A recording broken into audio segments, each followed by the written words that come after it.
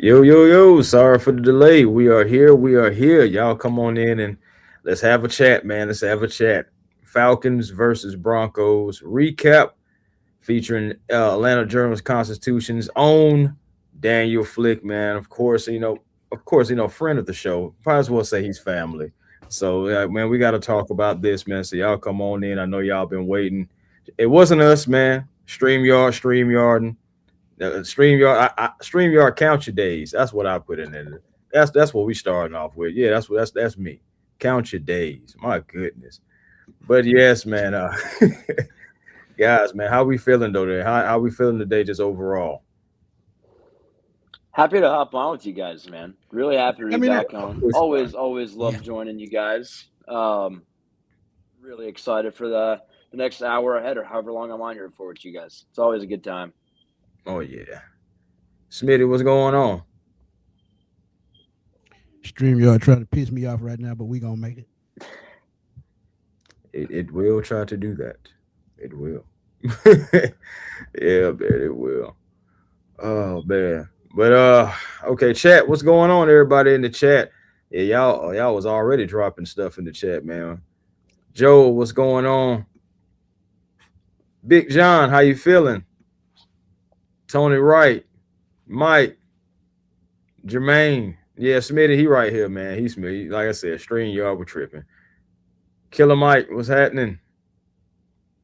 Will the Thrill, Matt, Mr. Fit, Ralph, Ho, what's going on, man? Yeah, y'all come on in, man. Let's talk about it. Let's talk about it. Okay. I don't know, Smitty. You started off, man. Wherever you want to go with this, man. I know where I'm starting off at. Uh-oh. And I know Daniel ready for it. Quarterback position. We talk about it. Mm. Last night Tua took the blame for what happened. He says no excuse. What's your assessment on him, Cooper Rush, Jack Strand? Quick assessment on all three quarterbacks. Yeah, I thought Cooper Rush had a really rough night. That's 1A. He had a rough night. And that was it's I'm not gonna say unexpected, but I mean it's tough in the sense that I felt like he had been relatively solid the last week or so of camp and kind of acclimating a little bit better. And you kind of assume that a guy it's won games, as a pro guy, as a pro QB, that he'd be a little bit better than what he was. So that was a bit of a surprise, I would say. I thought Jack Strand for what he did was relatively impressive. Threw some pretty good balls, I thought, and I think overall he was a lot more impressive than Rush. And then, it's hard, right? Like I think Tua was on the field for like 9 snaps, so it's Mm. very small sample size, and it wasn't incredibly impressive, right? It certainly wasn't great. He was very transparent about that. Very refreshing is probably a good way to put that as well. Like, very transparent, which was awesome. And I think they understand. Like the last week of training camp too is really good, and they felt like he had reached a new level. They like he was playing and practicing a lot better. He looked about as good as he had, and so I think they were a little bit surprised by how last night went. And I'm definitely curious to see what he'll look like in Indy next week.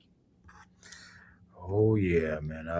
Yeah, you talked about Cooper Rush. Yeah, it was, man, it was bad. It was really bad for Rough. it. Yeah, it just gotta keep that at 100. It was a bad night. It's a night. I think that him and Tua in particular, it was a night for those two. Definitely want to forget, especially Rush. I think one of the most crushing things for him was when he actually was starting to orchestrate a solid drive. Like we was pushing into the red zone, and then it was the pass. I believe it was intended for Chris Blair, but either way it go, the linebacker Reed tipped it, and then just a little bit just to throw it off, and then next thing you know, house call. It's just after that I was just deflated. But um, overall, though, man, I want to start thinking about and the offensive line, in particular, the right tackle position. Call me crazy, man, but it just seemed like everyone who was at that right tackle all night long, no matter who was the quarterback, at least struggled to a degree. Some may have been better than the others, but it just seemed like that right tackle position. Is that a reason for panic and concern right now? I asked Kevin Stefanski last night about his confidence level, and he was talking about like, yeah, I like our guys. I'm like, well, all right. I'm not sure that I do. I mean, it was rough, and I mean, honestly, that's kind of the way that it's been in training camp. Is the guys that they've had out there. I mean, Jarrell was their primary right tackle throughout all of OTAs and minicamp, and then you come out in training camp and you assume that's how it'll be still. And once you start to rotate as Yep. much as they did, like after 3 days of training camp or whatever it was, it's kind of like, in my eyes, I interpreted that as a little bit of them not being thrilled with what they saw out of Jarrell. And so then you look at the guys behind him, and Walton hasn't played a lot. I believe he's 28, and hasn't done a whole lot as a pro, and wasn't really viewed as a guy who a lot of people assume would be on the roster. So for him to be in contention is kind of an interesting development.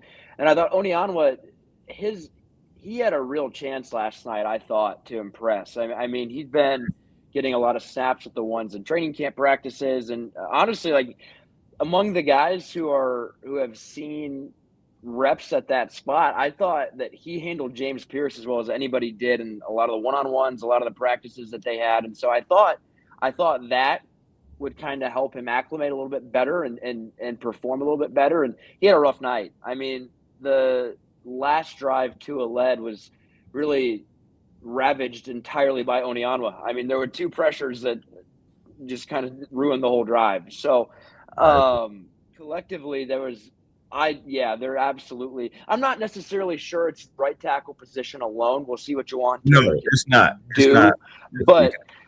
but tackle depth as a collective, I mean, you got to have concern. I mean, it doesn't look particularly good. Is absolutely, I think, a valid assessment. Right. Zan, it's like Facts. pull your hair.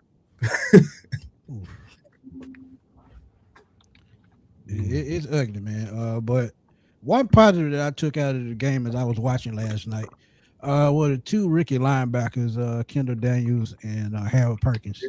To me, they're a bright spot. Christian Harris, he played, I think, one series. But when I look at those two rookie guys, I feel like the Falcons may have hit the jackpot with both of those guys, especially once they get, some training and some development in. I think they're going to be probably starting linebackers at some point this year. But Divine Diablo, that ankle injury, it can be a concern. It probably will be a concern. How much confidence do you have that he can last the entire season? Because he ended the season, well, he's missed 5 games last year with a shoulder injury. Then the ankle injury has bothered him throughout training camp.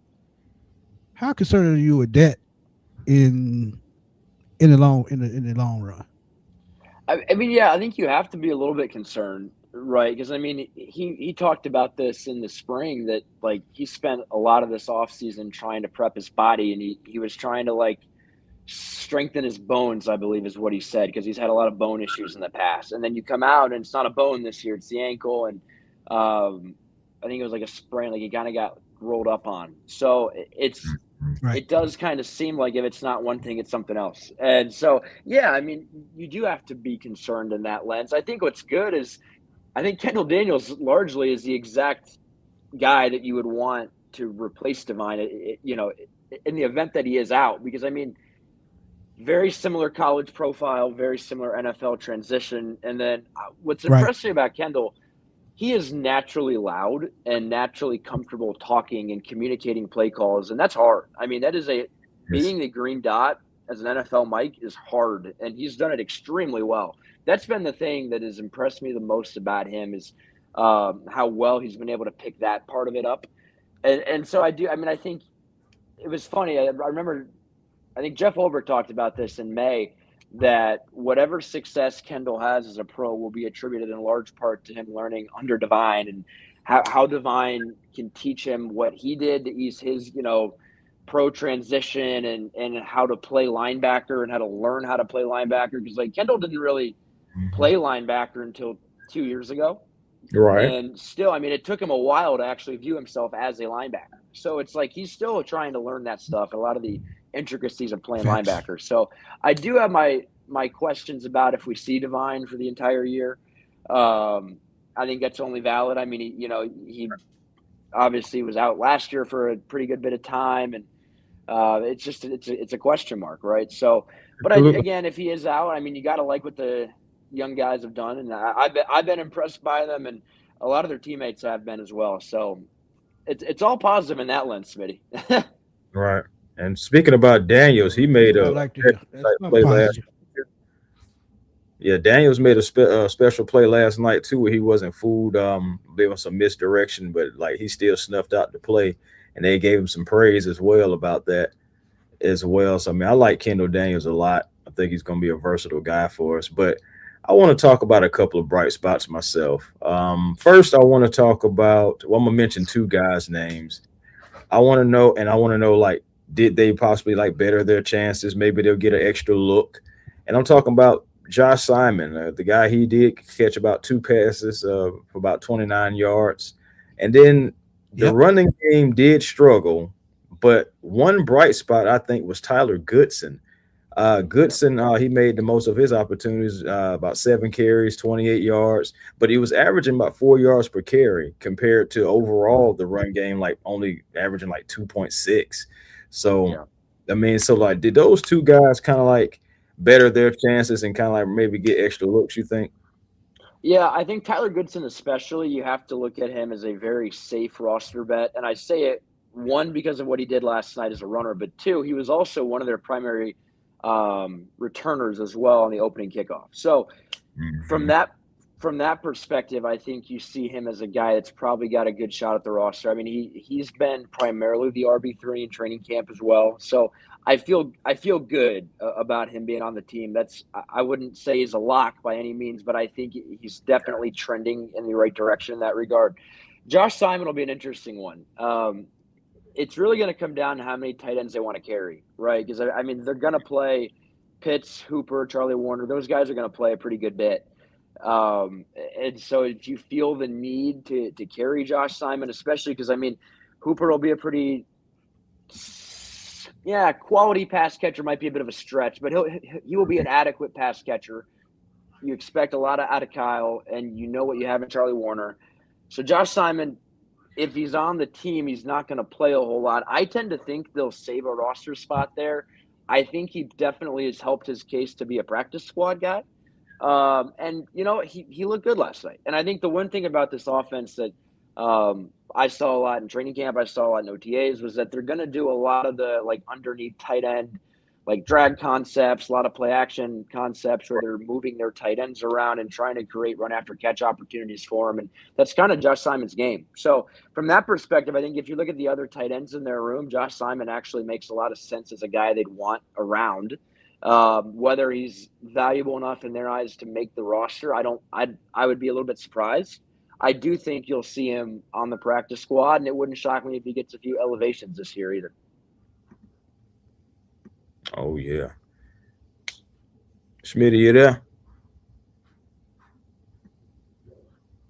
Uh oh. Smitty might be frozen. Yeah, man. Smitty might be frozen.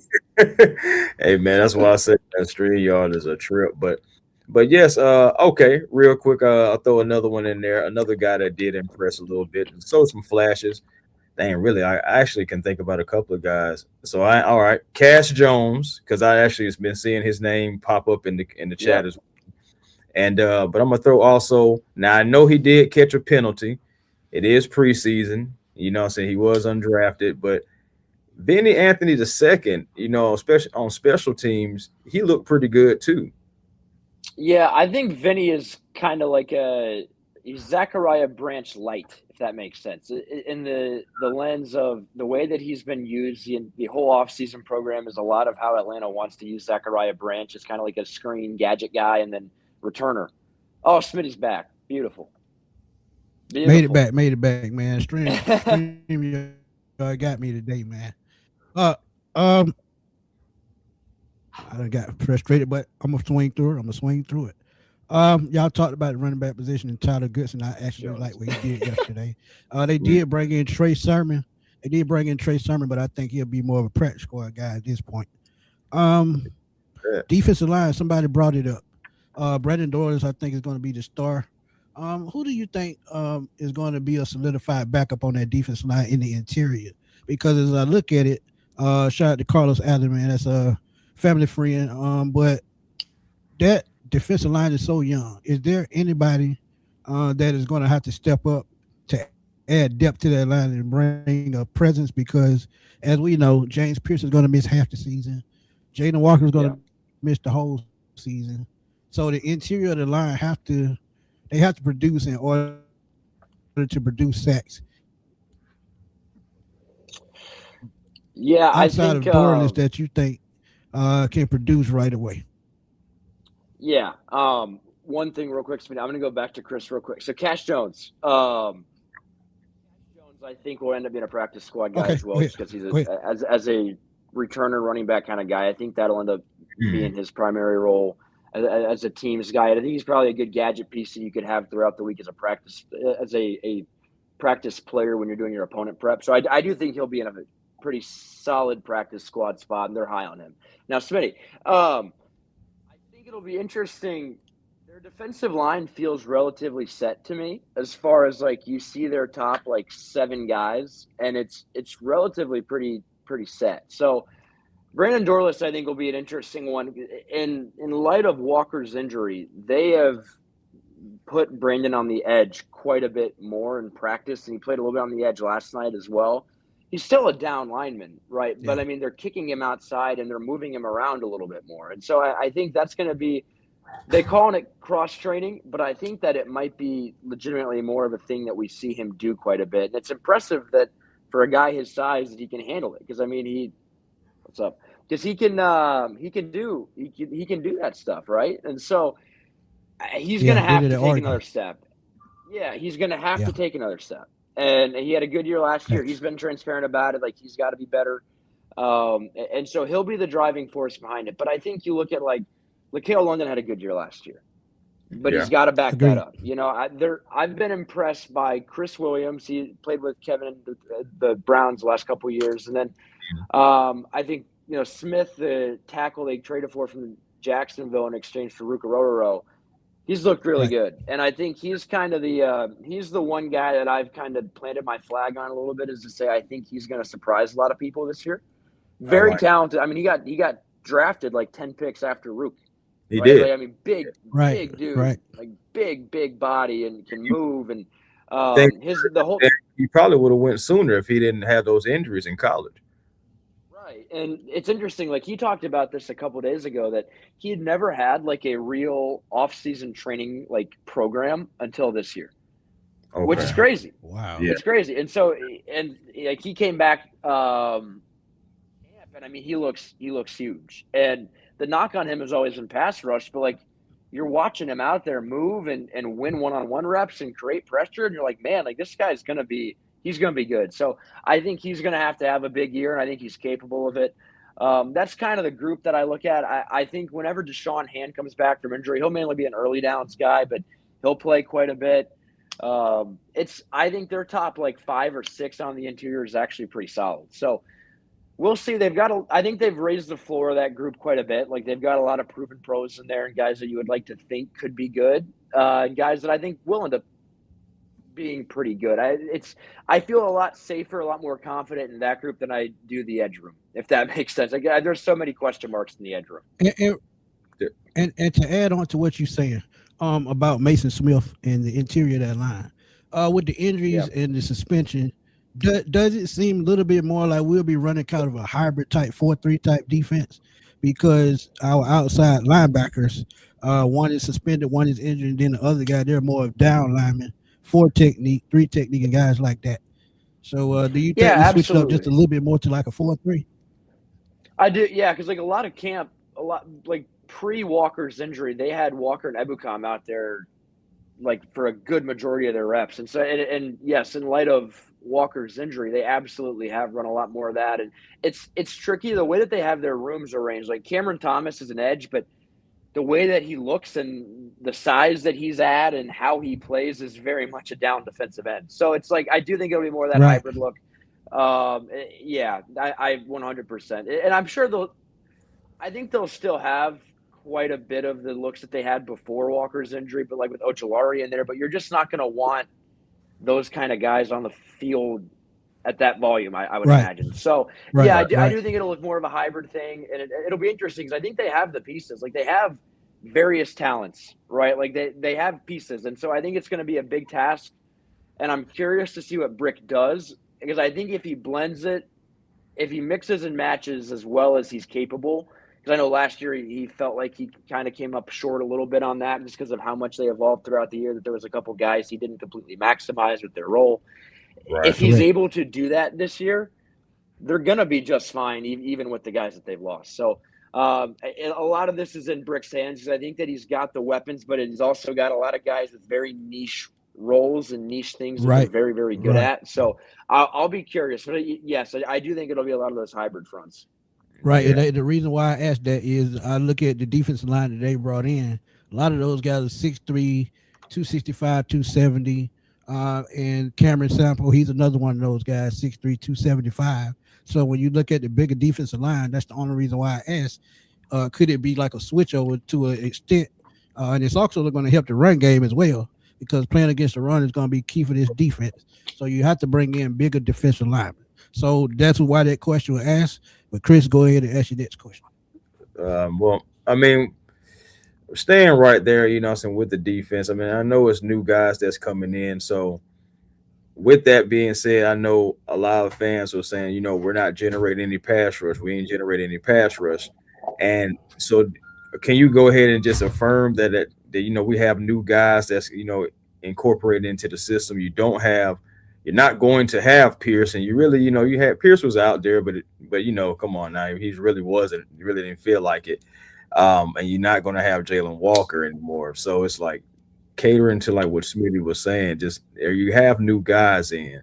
So should Falcon fans take that in consideration, that there is new guys and guys that, like you said, they're kind of like niche driven? Yeah, it's super tricky because, in my opinion, like the edge room has a lot of potential, Mm-hmm. very good, and it also has a lot of potential to be very bad. And I Mhm. say that in the sense of like Ebukam has been their top guy ever since Walker went down. He had Right. 9.5 sacks with the Colts in 2023, led the team, was really good. Tore his Achilles the year after that. His Right. deal now, and then he wasn't very good last year. He was okay, but he wasn't great. Certainly not at the level that you would say that's the guy I want leading my edge room. He's said that everyone's always told him usually year 2 after you tear your Achilles is when you get back to kind of who you are and who you were pre-injury. And so he said like he feels strong, like he feels as strong as he did pre-injury, like he feels as athletic as he did. But he's also aged a little bit since 2023 as well. Right. And so you're putting a lot of pressure on him, like, you know, kind of returning back to what he was pre-injury when he was 28. Now he's, I think, 31, 2 years removed from the Achilles. So it's like that's a risk in its own right. We don't know what Braylon Trice will be as a pro. Azeez Ojulari has had 3 of his 5 NFL seasons with at least 5.5 sacks, I believe is the number. But he had 0 last year, and he was hurt last year with the Eagles. And so it's like, okay, what's he going to be? What's he going to bring? So that's a question mark. And then I think Cameron Thomas, in their eyes, is largely a run defender. So that's kind of your top 3 or 4 guys, I guess, depending on how you view them in your outside linebacker room right now. And I can't confidently tell you that any of them will have more than a couple sacks this year. So, but there's also reason to believe that you can get quality play from each of them. So I'm not sure what I would put my confidence level in that group right now. I tend to think they'll probably add one more guy there. We'll see, you know, kind of how that looks and who that person is if it happens. Again, I would imagine that it would, but we'll see. But there's guys in that room that I think they believe they're going to be okay. I just don't know that I completely buy it, if that makes sense. No, absolutely. I mean, I agree with you 100%. I agree with that 100%. And we got a super chat from Charlie Pop. He said that was our starting defensive line in the first quarter. We in some trouble this season. And he has a great point, but you got to remember it's the first preseason game. A lot of these players are, you know, they're trying to mesh this their first season together. And I think Dorless and the other veterans, Zach Harrison and those guys, are going to have to pull these guys together and say, look, this is what we expect. This is what we need outside of Ulbrich. Because I tell y'all all the time, it's good to have a position coach, but it's also better to have a person at the same position that you play to better understand what is going on. So if you see it in that aspect, once these veterans get hold to these guys, I think they'll pick it up. They'll pick it up a little bit, and by that third preseason game, they may look totally different. But think about it like this too, guys. Like the guys that we just said that are more so kind of like that niche driven type of guys. You just talk about Ebicam. He's coming off his Achilles. We're banking that season 2, we're going to be able to maximize off of that. But you also look at Ojulari. One of the reasons why he had a bad year is because he was dealing with a hamstring all year long. And we know how tricky those hamstrings can be. We had a guy named Julio Jones starting to get to the end of the stretch of his career, start having them more and more because he had burnt them out. You know what I'm saying? Julio wasn't supposed to be that size and that fast anyway. That was already a freak of nature like Calvin Johnson. But either way it goes, like my point is, these are guys who are coming off of injury, and now you have lost. You lost one of your young guns for the season, the other one for 8 games. Now you're putting your faith in hoping that these guys can be able to generate some production, and you're really putting your faith in the coaching staff being able to really earn their money and get the best out of these guys. Agreed. Shout out to Mike Breezy. He said, I know it's one preseason game, but what do we need to see to make this glass half full? Trying to panic at quarterback or just wait it out? I hope JPJ playing makes him hungry during the suspension. So we'll answer the first part. We'll get you to answer the first part of that question. What do we need to see to make this glass half full? And that's a great question. Because we talk about panicking at quarterback with the way Tua looked, and then Cooper Rush, he didn't make it any better, and Penix, he's down. So how do they turn it around at the quarterback position to give fans a chance to see what they can really do? Yeah, I think patience is not what anybody wants to hear at quarterback when this is going into year 5 now without having what you would view as a really solidified guy. So I feel bad preaching that, but I think with these guys, it's hard, right? Like you bring in a new offensive staff. You've got guys that are trying to grow and learn and create chemistry and that stuff. And it's one preseason game. I know it feels like the sky's falling. I get it. But I also think to a degree, and I wouldn't say this if I didn't believe it, but his last week of training camp leading into last night was legitimately very good. And so I don't know. I think Penix has flashed. He's had a good camp. Like, even though he's not doing everything, like he's had a good camp, and they're very excited about where he's at. I think I'm not sure if it'll be, an entire year's worth of quality play. But I do think that we will see stretches this year where whoever it is at quarterback plays well. Because I think you kind of look at the guys that you have there, and Penix has played well as a pro at times. I mean, I believe it was 2023 when Tua led the league in passing yards. I mean, there's things that you can look at with them both and say, again, I can't confidently tell you that you'll get elite level quarterback play an entire season out of either of them, but I think you'll at least see flashes of it. And I think you got to be patient enough to say each of them are working through things. Like you have a knee injury rehab, with Michael, and with Tua, it's he's so rhythm and timing oriented that you just need time with that stuff. And he's talked about that at length, that it's reps. And the more that you bank reps and the more that you get live game reps, is going to help you too. So a glass half full viewpoint on that would be to say, hey, these guys, if you give them a little bit of time, they can be productive. They can be solid at I think you can get at least an adequate level of quarterback play at a point. So we'll see. Obviously, after last night, hard to be incredibly confident. But again, there's a larger body of work that we haven't seen, or a lot of people haven't seen, at camp and practices going back to May, that I think last night was more of an anomaly than anything, kind of a blimp in the radar for what's been a pretty solid, rise from where they began to where they're at now as far as their QB play. Facts. And I would say this too. Y'all got to remember, Denver had a top 3 defense last year. And even though it was a preseason game, they're still practicing and scheming what they're going to do for the season.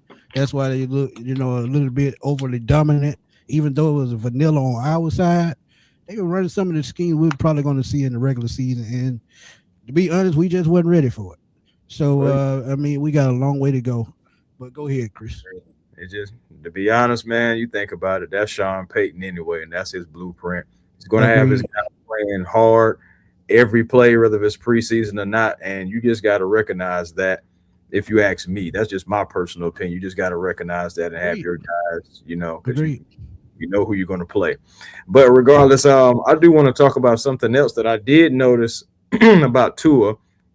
One thing about it, he was finding Kyle Pitts. There was a little connection, I believe. Kyle Yeah. Pitts had really all of the receptions that so Tua was like 3 or 5, and I think Kyle Pitts had them all.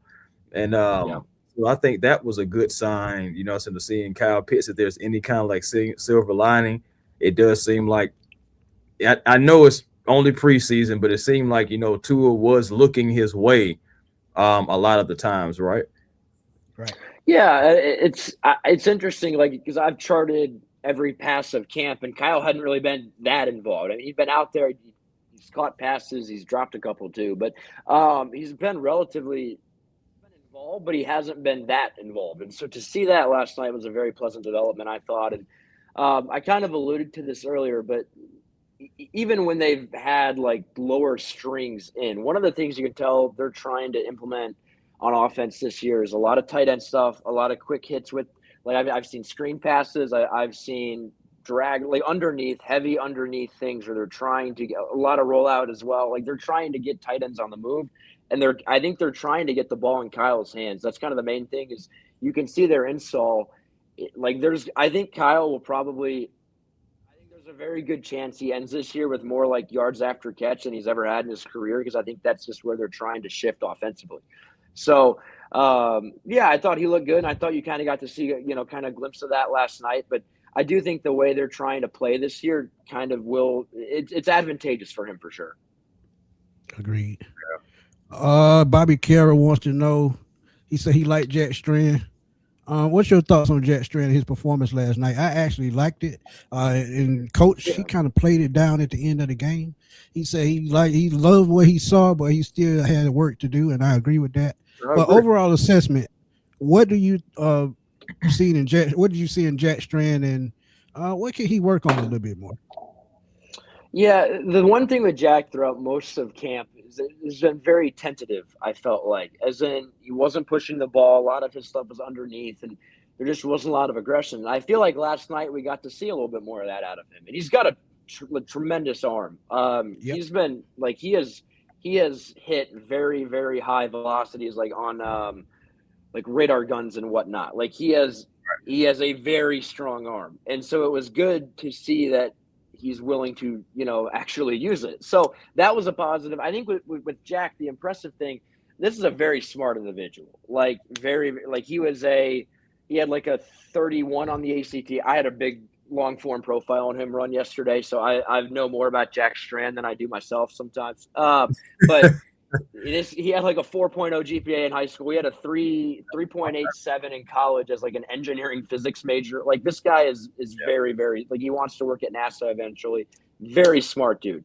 So the thing that's impressive about Jack is that, like, he knows this playbook so well. And for a rookie who played at a lower college, he had one scholarship offer coming out of high school.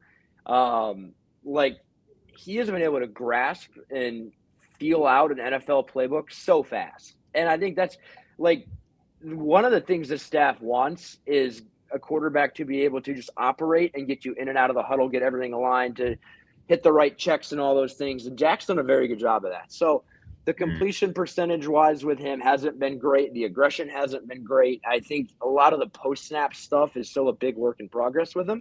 But I thought he flashed. I really thought he flashed. I saw a lot of positives out of Jack, and I'm excited to watch him in Indy. I think it'll be fun for him. He should get to play on their half again.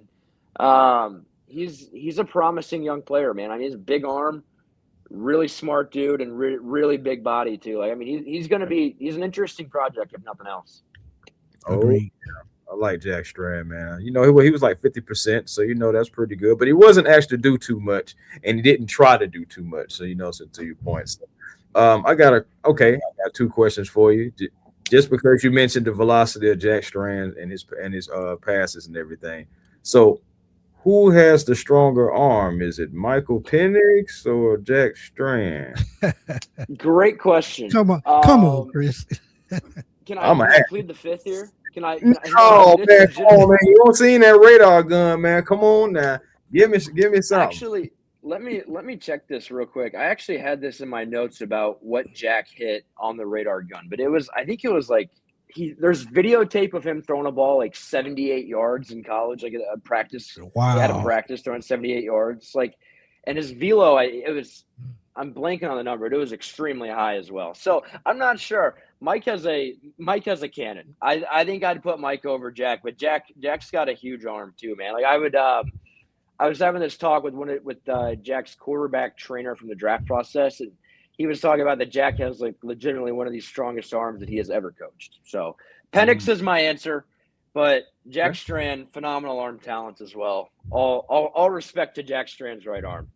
Oh, And, no. and it's funny you said that because I've always kind of compared him to a young Brett Favre coming out of Southern Miss, and it was before your time. So trust me, I remember this like it was yesterday.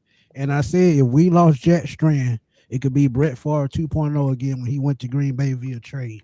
So we've got to make this work, I think, because I think we have a gem in him, man. The next gem. We talk about Brock Purdy out in San Francisco being the last pick of his draft, but Jack Strand being a Division II guy and could possibly be a starting quarterback in the NFL, that would be a hell of a story. Yeah, I know. Yeah, I mean he threw like 17 total touchdown passes in high school. Like he ran a double wing offense. Like they were his ascent is honestly unbelievable. And it's crazy. Like if you look back at his college stuff, like he was throwing the ball like 60 times a game. And their offense was just entirely him chucking the rock. It was awesome. Like their whole deal was like a ton of 10 personnel. We're gonna spread you out. We're gonna have 5 receivers. Like it was an incredible offense. And he's a gunslinger, man. And I really just want to see him show off his arm more. That's really the main thing. Is he's got a great arm. He can thread tight windows. I mean, there's tales of him in college of hitting hole shots time and time again, like a 7-on-9 drill, like legitimately a 7-on-9. Like it's crazy, and he's that talented. So we'll see. He's got a ways to go. He definitely has a ways to go, but very good arm, and I do think intriguing long-term potential. Is probably a practice squad guy this year. I'll take it to another level right quick, Chris. I'm gonna throw this in there, and I'm talking about old school, and I like to bring up old school. And anybody in the chat, y'all know what I'm talking about. And you brought it in, and I thought about it because you talk about the offense he ran at Minnesota State.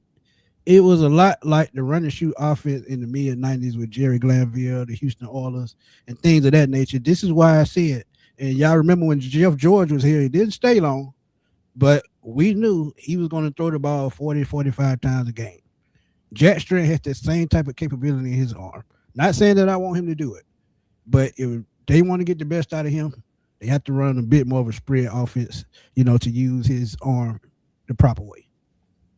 That's all I'm going to say. Yeah. But go ahead, Chris.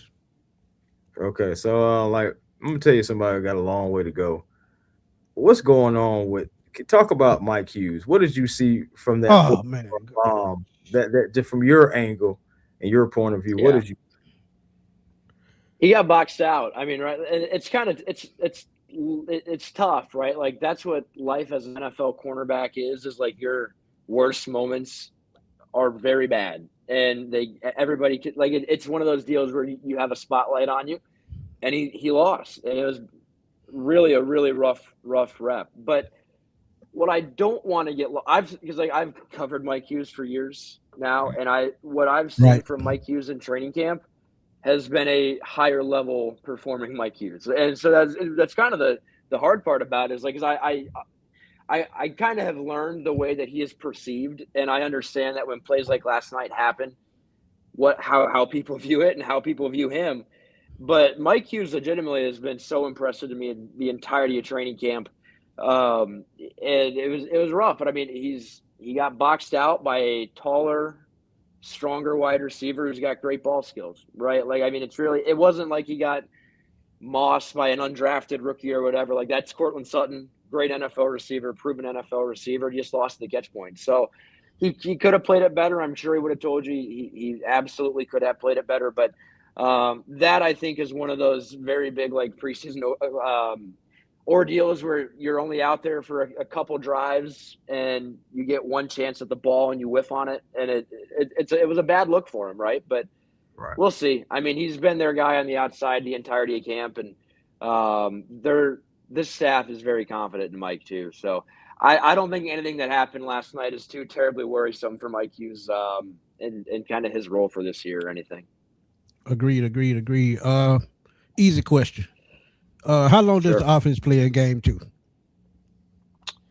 The ones, I don't think they'll play at all. I'd be shocked if they did. I think they're going to do a lot of joint practice stuff. I mean, that's their deal. Yeah, like that's they're planning true. on That's just true. getting all their reps. They're going to That's bank true. all their reps in practice, and then Yeah. Kevin said that they plan on playing their starters weeks 1 and weeks 1 and 3.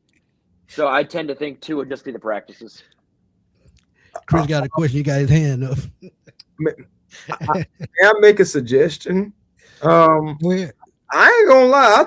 I think they need to start. I do too. That's why I asked. Extra practice. Yeah, that's why I asked. After school special, it don't even.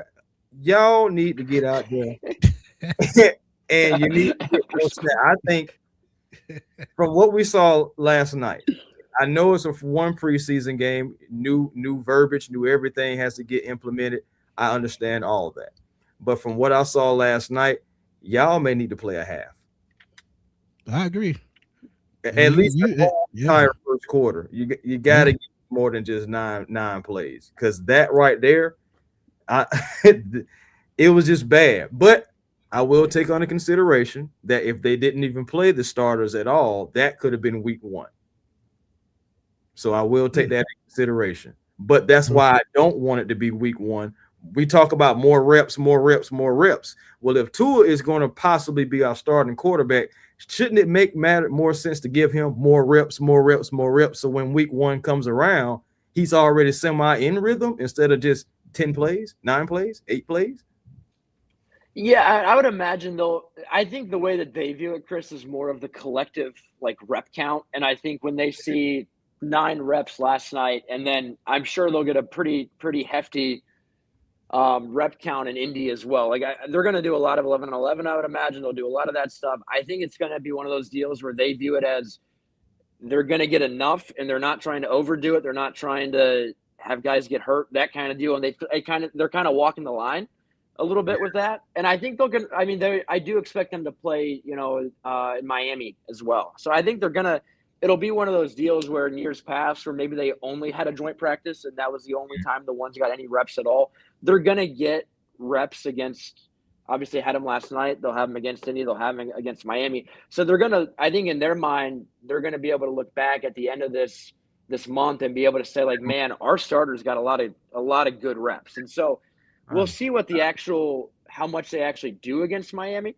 Right. But it's also, I think they'll do a ton of joint practice. And I think that's kind of the way they view it anyways, is like, man, collectively across 3 games or weeks, whatever, they're going to get a good, for sure, pretty solid number of snaps. I don't know if it'll equate like a whole half's worth. I think they might get a whole half's worth in Indy alone just off of practice. But yeah, I'm not sure. I would imagine the way that practices go this week will determine how much they play in Miami, but I don't think Tua will play in Miami. I'm not sure though. I'm not sure. If Penix is cleared, that might be his show for a bit. Yeah, I wouldn't be surprised if he didn't play, because as we know in the past, they usually don't play in preseason at all. So we got a blessing with that first game. Shout out to DBG. He said 2 previous regimes ignored the quarterback position. Quarterback will be priority if this doesn't work out. Along with retooling the offensive line, Strand was impressive. And he talks about the previous regime with quarterbacks. And I hate to say this. Oh, here we go. Tommy Reese in the booth. We had this happen with Zach Robinson a couple years ago. We're at a point in this season where he had to end up on the sideline, because I'm about a bit proponent of that, because I'm one of those guys. I'm old school. If you my coach, I want you in my face explaining to me what's going on, explaining to me what you're seeing on the field, so I can give you feedback so we can fix this thing. How do you feel about the coordinator being up in the booth? Because it kind of bothers me, because like I said, I'm old school. But what's your thoughts on that? Yeah, definitely pros and cons. I've seen it work. I mean, last year at Indiana, the OC that I covered there, he was always up top, and he liked the viewpoint of it. Like, he liked being up in the box and being able to watch it and be able to see everything. But I think part of it that helped him was Signetti was an offensive coach too, and so you have an extra set of eyes down there that can basically use that role, and then you're up top and you can have that role too. So I've seen it work from that perspective, and maybe with Kevin being an OC in his past, it can kind of work like that here too. I guess we'll find out. I tend to agree with you, Smitty, and I feel like you hear a lot. I feel like this happens a lot where guys will start in the box and they eventually move down. Like that transition seems to happen a lot more than it going the other way, right? So that probably tells you collectively it works more when you're on the field. I don't think it's absolute either way, but I do tend to agree with you. I think historically you look at it, a lot of guys seem to do a little bit better when they are down there. They have a lot of a lot of their staff, like guys who have been OCs in the past, and so I think that helps you. I think you do have a lot of eyes that you can lean on who are down there, who can communicate. And I would also say, like at quarterback, like they have two coaches whose only job is to coach the QB. Like you've got, and then you've got a ton of other offensive mind. Like you've got, the guys will have a voice in their ear when they are on the sideline, which I think helps. But I do think collectively, I'm sure we'll talk to Tommy about this either next week or the week after. But I wonder if in his mind it's a little bit of, I want to be able to see everything from up here, and then I'm going to communicate with each position coach individually and say, hey, I need this, I need this, I need this, and kind of have them be the voice, and he's kind of more of the eyes. I wonder if it'll be a little bit of that and how they coach him off to the side, but I don't know, man. I guess we'll see, right?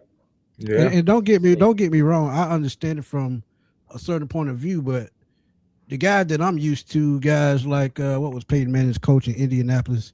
I can't think of his name right now, but he was in the booth. So I understand it when you've been around for years and years. But Tommy Rees, this is really his second go round, should I say, as an offer. Well, first go round as a coordinator, even though he part-time last year in Cleveland. But I feel like he should be a little bit more hands-on since he's getting his feet wet now. So that's just my opinion. Well, think about it from this perspective too, fellas. Now, Tommy Rees, you just was talking about, just what Daniel was talking about Indiana, right? And I'm thinking about guys who were previously offensive coordinators. You got AVP, you got Engstrom, you do have Stefanski. So he does have multiple offensive minds around that possibly they could do that whole little communication if that's the route that they're going to take. I agree with the both of you. Hey man, the guys should be on the sideline so guys can maybe run right off the field right to you, get the information right then, right there. It's personal. You know what I'm saying? It's more personal, everything like that. So I totally agree.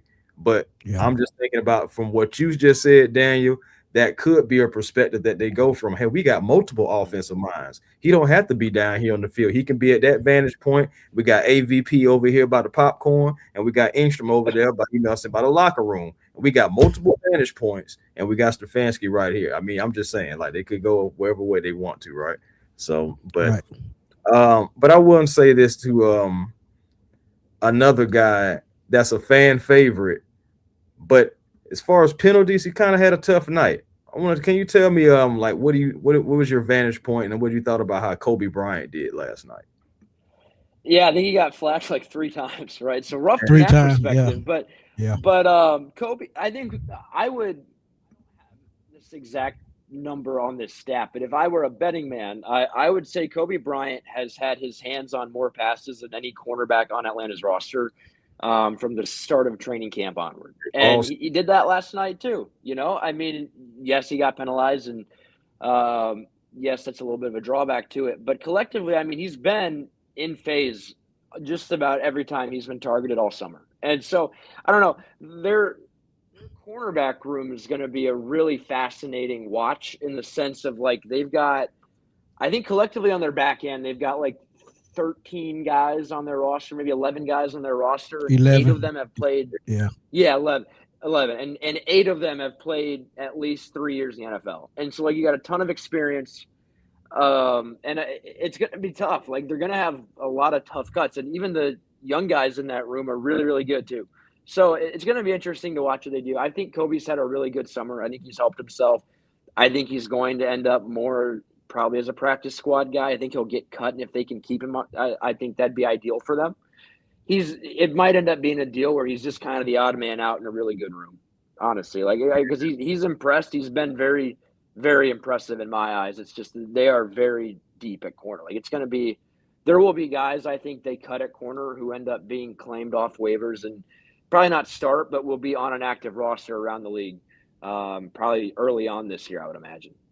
And that's actually a good problem to have. So it lets you know your coach is doing what they're supposed to do. So Yeah. I get Justin it. Hood is very good. Yeah, they're Very good. He's a He very learned good from the secondary best. coach. Learn from the best. Yes. But last question about this is my last question. That slot position is going to be key in this defense. We know Billy Bowman may be out for an extended period of time.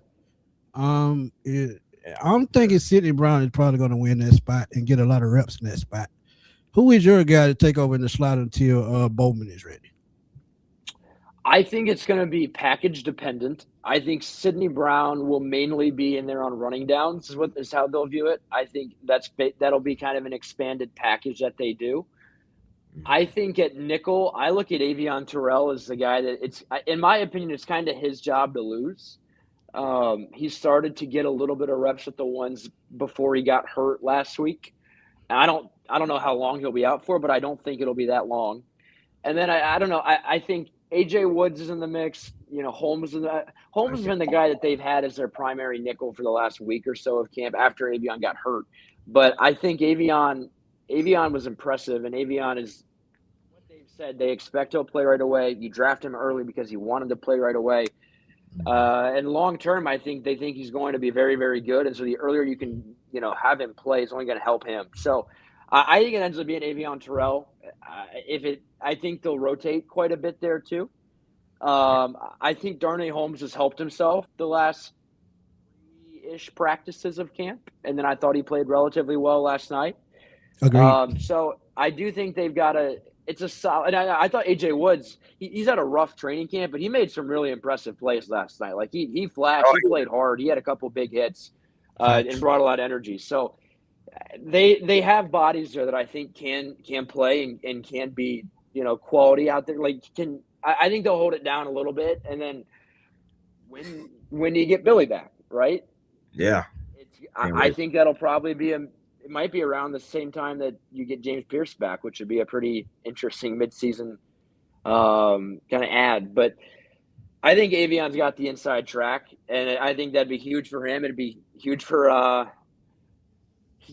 think it'd be collectively huge for the organization when you can draft a guy and put him in a loaded room and then have him legitimately earn, because he was with the threes and OTAs and minicamp, and he has legitimately earned to where he would then be in line. So that'd be huge for him, I think.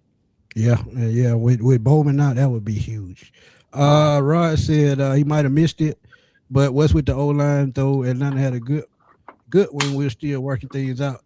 Go back, Rod, to about the 20 minute mark.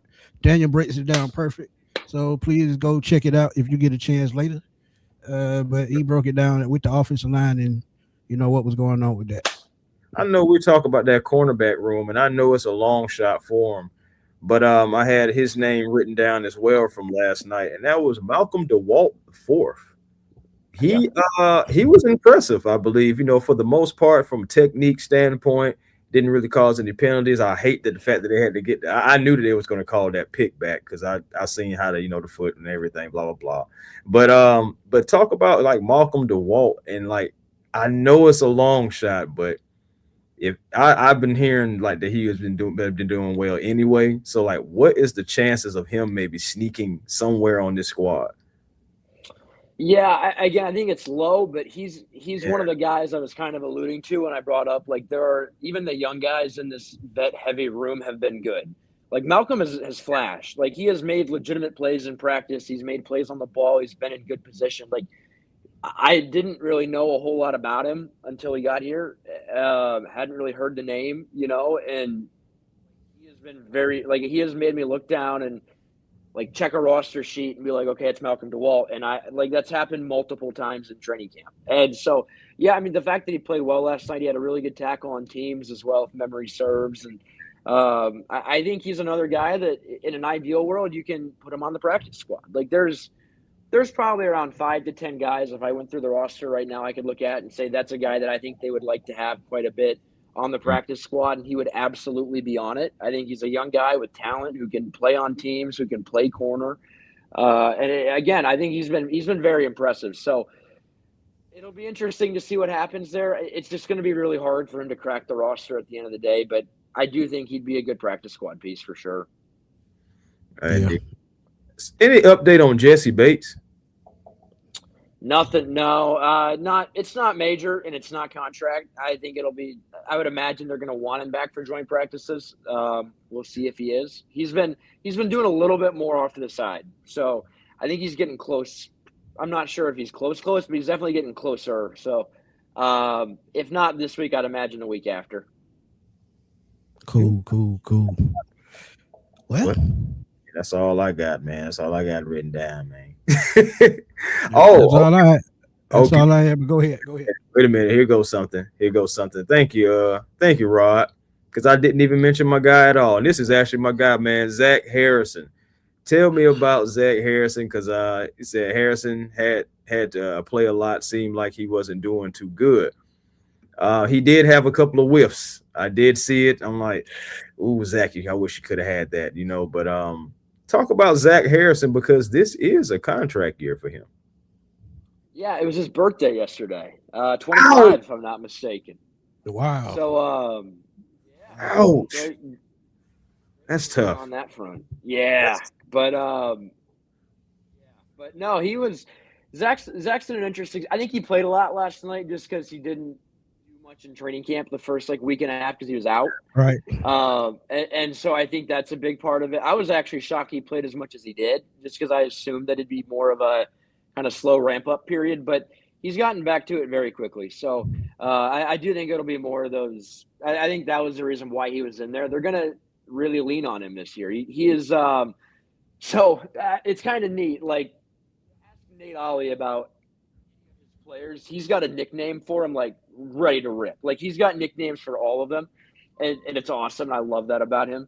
And Zach Harrison is the ambassador of Strain, and so Straining is like one of their core tenets as a unit collectively. And Zach Strain is, I mean, again, ambassador of Strain is a pretty big one, right? So I think Zach Harrison is a guy they're going to lean on. Impressed last year, right? Like, he flashed. He took a good step, and then he got hurt. And so if you can keep him healthy, agreed.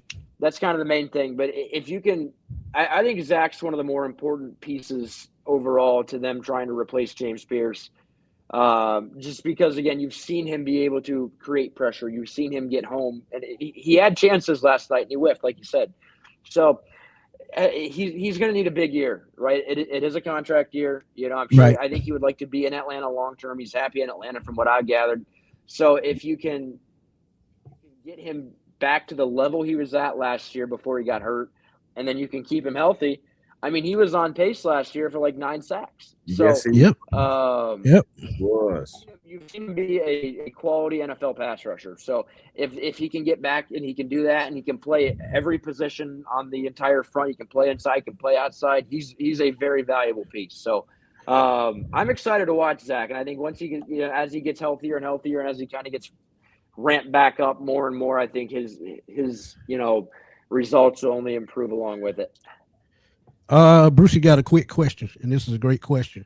And see, this is why we do these shows, because sometimes the chat just carry us. So who should we watch out for a preseason game too? Who should be getting most snaps this game? That's an excellent question. I like that one, Brucey. That's good. Yeah, it's gonna. I think what's gonna be interesting is I don't think they'll play very many of their ones at all. Because I think they're gonna lean so heavily on what they get in practice next week, and so I think you kind of look at their offensive line looks like. One, I think their whole right tackle situation is going to be fascinating to watch. That's what I'll be watching. That one, and then I think in general, Jack Strand, right? That's going to be the main one. I think he'll play at least a full half again. We'll see if they let him start. I would imagine it'll be rushed, but I guess we'll see. But I think Jack did enough last night to at least warrant some intrigue, right? So that's kind of my pick for that. It'll be if any of the ones end up playing. I'm not sure that they will. I wouldn't expect any of the main guys to play. But I think Jack's got a real shot this week, so that'll be fun. Quick update. Before you get out of here, quick update on Penix. Is there any word on his return and when he'll return? No, I mean I think at this point you'd imagine it'll be within the next week and a half. They don't sound like they're expecting him to be ready for joint practice. So, and even if he is cleared, he's not going to do any like real team periods either. So, Right. I would imagine we'll learn a little bit more about that coming out of the Indy week. And if he's able to return for 11-11, that'd probably be right around the week leading into the Miami game. Cool. That was my last question. What about you, Chris? All right, man. That's all I got, man. That's all I got. This go round. Hey, I man. love it. Yeah, we can get geared up, man, for this second preseason game. You know, I feel like honestly, nowhere else to go but up. You know, there's no y'all don't get any worse. I don't think you can get any worse than what it was yesterday. And you know, first thing that I noticed that Coach Stefanski did say at the press conference is a lot to clean up. And he's absolutely right. Yeah. Yeah, it should be a good weekend, Indy. I'm excited about it. I fly in Tuesday night, and then there's an off day Friday. I get to go down to Bloomington. I haven't been back to Indiana since I graduated. It's been like a couple of months. It's not like that long of a timeline. But I'm so excited. It's welcome week, so like all the kids are gonna be back. I get to go play basketball. Reminder that Unc still has it. I can't wait. I'm so excited. I'm so excited. I'm pumped. Yeah. I'm excited to get to Indy, man. Very quick.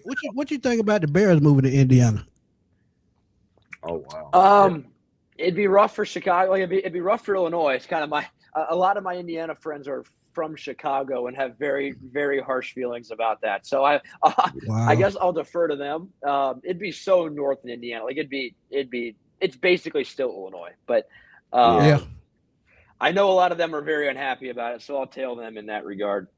Hey, it happens. A lot of tradition, man. Think about it. The Bears and they're around in that area for so long, bro. Yeah. But thank you so much, Daniel, man, for coming on and joining us, man. Wanted to do post game a little different. I'm glad we did it this way too, because last night I have a feeling if we would have went live, I don't know if it would have went that smooth. So yeah, but thank you so much, and we're gonna definitely get back with you, man. We're definitely gonna be trying to bring you back on the show when you get free and everything, during the season and stuff like that. So thank you as always, Daniel, for being a part of the show. Of course, really appreciate you guys having me on. Always a blast, and I'm happy to hop on whenever I can. Oh yes, sir. No doubt. We would definitely talk to you soon, nephew. Sounds good, guys. No doubt. Peace. Later. Yeah, man. Oh man, that was a good one right there, little Smitty, man. Daniel always, keeping it real from his standpoint. But hey, we gotta try to shake this one off, though, Falcon fans. We gotta try to shake it off. The reason why they really don't bother me, they really try to shake things out to see. What y'all got to remember, and I say this all the time. This is a first year coach. So it's going to be, instances where you're going to see breakdowns. There are going to be instances where you see, the offense or the defense just look lackluster until they just get everything together. So these next two preseason games are going to be key as far as reps, as far as repetition, as far as these guys trying to gel together. And this is where the veterans come in at. This is where the veteran who's been on the team for a while, this is where they get these guys together and say, hey, we got to get it going, man. You got to do this, you got to do that. The film study is going to get more intensive as we get closer to week one. So, we got a long way to go, man. Long way to go. But perspective. I got to cater to everybody. That is possibly how we may feel, but there are also Falcon fans that are out there that just like Smitty. We've heard that ish so many times. Yeah, Jeff already said it should have been that bad. Yeah, it should. And that's true. That's absolutely true. That's absolutely true. We've seen new offenses and all that stuff like that, but for us, it just shouldn't have been that bad when we got similar weapons and you just implemented, you know what I'm saying, your offense. But it was. But that's why I say there's nowhere to go but up. I don't see this offense getting any worse than what we saw last night. I know on the defense there was a few guys that wasn't playing, so it wasn't like a full strength defense. You know, I'm gonna be optimistic. That's what I'm gonna say. I'm gonna be optimistic. But am I taking a mental note of this game? Absolutely. Putting a pin in it just in case we have to come back to it later? You know I am. You know I am. You know it. Well, he's coming. Yes. But yeah. We're gonna try to get Daniel back on again in a couple of weeks before the season start. Get an overall perspective of how the preseason went if he has the time. But he's always supported us, man, 100%. Anytime I call or text, he's always, there. So shout out to Daniel, man. And look, man, I told him before he went out to school, I told him on the last interview we did, man, I said, you got next. I just saw it. He put in the work. He learned, took pointers from D-Led, I'm sure, and other guys in the media, and he's just doing his thing, man. He's young, and he still has a lot in front of him, man. So we got to support Daniel, man, just like we support everybody else. Facts, man. I said one of many guests that we enjoy having on, and we're going to continue, like I said, reaching out and, trying to get these interviews. I know I'm waiting on an email back right now from somebody, so it'd be great. We'll have them on, possibly for a pregame, or if we can, maybe postgame, but it may be a pre though. We'll see. But regardless, though, man, again, we appreciate each and every last one of y'all, and y'all can catch me at A1 Forever Sports platform on YouTube. Come over, like, comment, and subscribe. Be a part of the A1 family. Also, Hawks Digest and Falcons Digest as well. Make sure you guys are subscribed to those channels as well. I would say Twitter A1 Forever, Instagram A1 Forever. The real A1 Forever on TikTok. As always, find your peace today, because positive energy always creates elevation. And that's how you find your peace at 6:16 p.m. on a Saturday night. That's what I'm talking about, man. Again, man, thank y'all for coming through, man, dropping them super chats. Truly appreciate it, man. You two getting funny with the money. So, thank y'all for those super chats, man. We definitely need those to keep, man, StreamYard costs. Editing content, that kind of equipment and that stuff costs. So I mean, everything costs. So thank y'all for supporting. But fine, Jeff, I appreciate you, my guy. DBG, appreciate you, my guy. Appreciate you. But yeah, man, 27-7, scratch it off. New week, new team. Let's see what they have in store this week. And again, I'm still counting on Jack Strand, man, because it's just something that kid I just see, man. I just see it, and I've been saying that since we brought him in as a free agent. Actually, before the draft even started, I said something about that kid. So, yeah, we'll see what happens, man. But find me right here on Smitty Sports Machine as I give y'all the latest, greatest news, reactions, anything Atlanta Falcons related. And also, I do related things to anything in the NFL or anything in sports, period. That's why it's the Sports Machine and not the Falcons Machine. True. I do everything. Just telling y'all, because I get a lot of flack on that. But I do sports, period. But yeah, find me on Twitter at FatBoySlam_21, because I'm always over there blowing that thing up. That's what I do. Find me on TikTok, Smitty Sports Machine, Facebook, Antoine Smitty Smith, and Instagram, AN2WON, because I'm over there too, even though I'm not on that much. But if you have a fan question, don't forget to drop them in the YouTube comments. If they make for a great video, as y'all see, I will do a video on that question. But again, Chris, hey, thank you for putting together a great show. Truly appreciate you, man. You can take it on. You can take it on up. Hey, man. Until next time, peace and blessings to you all. And to you all, we'll holler.